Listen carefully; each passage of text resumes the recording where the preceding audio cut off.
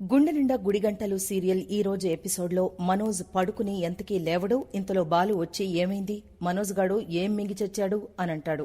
వాడు అలిసిపోయి పడుకున్నాడు అనంటుంది ప్రభావతి. ఈ షాపు కూడా గోవిందా అని పాటలు పాడతాడు బాలు. అలిసిపోతే ఆ మాత్రం నిద్రపోతారుగా అని రోహిణి అంటుంది. మరి రోజూ కష్టపడే మీనా ఎంతలా పడుకోవాలి? మీనా, నువ్వు పడుకుంటావా అని బాలు అంటాడు. నేనింతలా మొద్దు నిద్ర పడుకోను అనంటుంది మీనా. వాడిలా లేవడు అని మగ్గులో నీళ్లు తీసుకొచ్చి మనోజ్ మొహం మీద కొట్టి లేపుతాడు బాలు. దాంతో బాలుని తిడతారు రోహిణి, ప్రభావతి.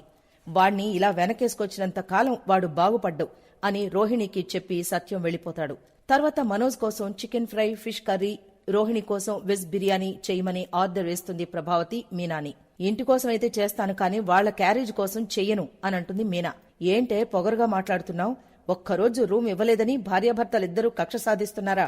మీ ఇంట్లో నీకు సపరేట్ రూమ్ ఉందా అని అడుగుతుంది ప్రభావతి. ఎందుకిలా దిగజారి మాట్లాడుతున్నారు అని మీనా అంటుంది. నువ్వు చేసేది అలాగే ఉంది మరి అంటుంది ప్రభావతి. మీరు ఏమైనా అనుకోండి, నేను మాత్రం వాళ్ల కోసం క్యారేజ్ కట్టను, కావాలంటే మీరే చేసుకోండి అని వెళ్లిపోతుంది మీనా. మరోవైపు బాలు కారు తుడుస్తూ ఉంటాడు. ఇంతలో ఓ వ్యాన్లో సోఫా తీసుకొస్తారు. మీ ఇంటికి సోఫా సురేంద్ర పేరుతో బుక్ అయింది అని అంటారు. అతను పంపించడంలో కుట్ర ఉంది అని మనసులో అనుకున్న బాలు రిటర్న్ పంపించండి అని అంటాడు. కావాలంటే పంపించిన వారితో చెప్పించండి అని డెలివరీ అతను అంటాడు. దాంతో శృతి తల్లికి కాల్ చేస్తాడు బాలు. మీరు పంపించిన సోఫా మీరే తీసుకోండి, ఇది మా నాన్నను అవమానించడానికి పంపించారని తెలుసు. మా నాన్నకు 3 కొడుకులమున్నాం, మేం చూసుకుంటాం, లేదా సర్దుకుపోతాం, కావాలంటే మీ కూతురు కోసం నగలు, చీరలు కొనండి అని కాల్ కట్ చేస్తాడు బాలు. విన్నారుగా, తీసుకెళ్ళండి, లేకపోతే సోఫాను పెట్రోల్ పోసి తగలబెట్టేస్తా అని అంటాడు బాలు.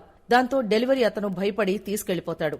శృతి తల్లితో బాలు మాట్లాడిన తీరు గమనించిన సురేంద్ర వాడు సోఫా వెనక్కి పంపి తప్పులో కాలేశాడు.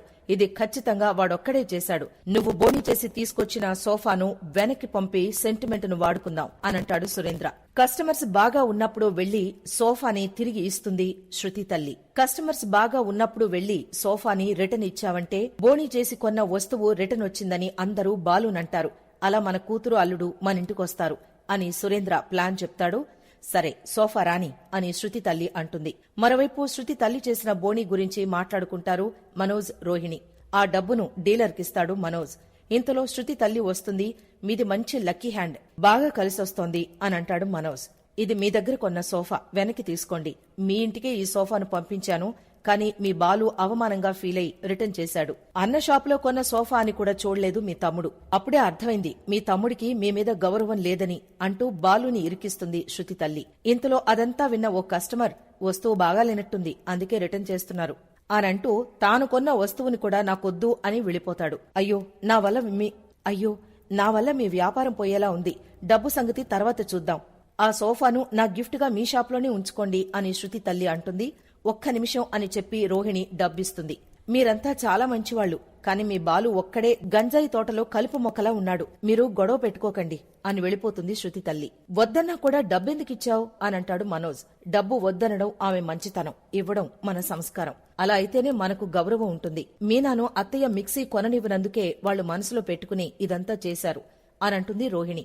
ఇప్పటికిప్పుడు డబ్బెలా వచ్చింది అని అడుగుతాడు మనోజ్. దాంతో మెడ్లోని పసుపుతాడు చూపించిన రోహిణి తాళిబొట్టు తాకట్టు పెట్టానని చెప్తుంది. ఎందుకిలా చేశావు అనంటాడు మనోజ్ బాధగా. తాళి కంటే అది కట్టినవాడు ముఖ్యం, నీ గౌరవ మర్యాదలు ముఖ్యం అనంటుంది రోహిణి.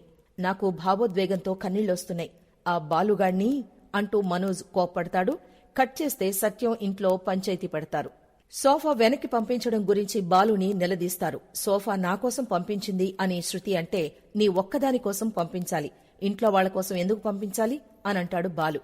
అది బోనీ చేసిన సోఫా, ఆవిడ ఎంత రాయల్ గా ఆలోచించింది, నువ్వెంత చీప్గా ఆలోచించావు అనంటాడు మనోజ్.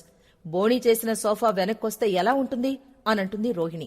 నేను వాళ్ళ ఇంటికి పంపించాను, మీ షాపుకి కాదు అనంటాడు బాలు. అలా రిటర్న్ ఎందుకు పంపించావన్నయ్య, అన్నీ నువ్వే అనేసుకుంటావా అని రవి కూడా అంటాడు. శృతి, రవి, మనోజ్, రోహిణి, ప్రభావతి అంతా బాలుని నిందిస్తారు. మామయ్య గారు వద్దని చెప్పాక ఆవిడ పంపించడం ఎందుకు అని మీనా అంటుంది. ఏంటే వాణ్ణి రెచ్చగొడుతున్నావా అని ప్రభావతి అంటుంది. అవును, మీకు బాగా అర్థమైంది. సోఫా వచ్చినప్పుడు నేనసలు ఇంట్లోనే లేను, ఎవరిని రెచ్చగొడుతున్నారో తెలుస్తోందా అని మీనా అంటుంది. మీనాతో బోనీ చేయించలేదని ఇలా కావాలని చేశారు అనంటుంది రోహిణి. నా చెయ్యి మంచిది కాదని ఆపారు, ఆవిడి చెయ్యి మంచిదైతే ఎందుకిలా రిటర్న్ వస్తుంది అనంటుంది మీనా. బాలు రిటర్న్ చేస్తే మా అమ్మ ఏం చేస్తుంది? ఇంట్లో చాలా సోఫాలున్నాయి, కొత్తది ఎక్కడ పెడుతుంది? అందుకే షాపుకు పంపించింది అని మీనాకు సమాధానం చెప్తుంది శృతి. సోఫా రిటర్న్ చేస్తే డబ్బెలా కట్టారు అని ప్రభావతి అడుగుతుంది. రోహిణి పుస్తలతాడు తాకట్టు పెట్టి కట్టింది అని మనోజ్ అంటాడు. నా ఇంటి కోడలు పసుపుతాడు కట్టుకునే దుస్థితి కల్పించాడు వీడు అని ప్రభావతి అరుస్తుంది. ఇంకోసారి నీ బోడి పెత్తనం చేశావో ఏం చేస్తానో నాకే తెలియదు అనంటాడు మనోజ్. ఏం చేస్తావురా అని మనోజ్ కాలర్ పట్టుకుంటాడు బాలు. ఇప్పుడే కదా రౌడీ అన్నాడు, రౌడీజం చేస్తున్నావేంటి అనంటాడు రవి. నువ్వేంట్రా ఎక్కువ మాట్లాడుతున్నావు అని రవి కాలర్ కూడా పట్టుకుంటాడు బాలు. అటు రవి ఇటు మనోజ్ ఇద్దరి కాలర్స్ పట్టుకుంటాడు బాలు. అక్కడితో నేటి గుండె నిండా గుడిగంటలు సీరియల్ ఎపిసోడ్ ముగుస్తుంది.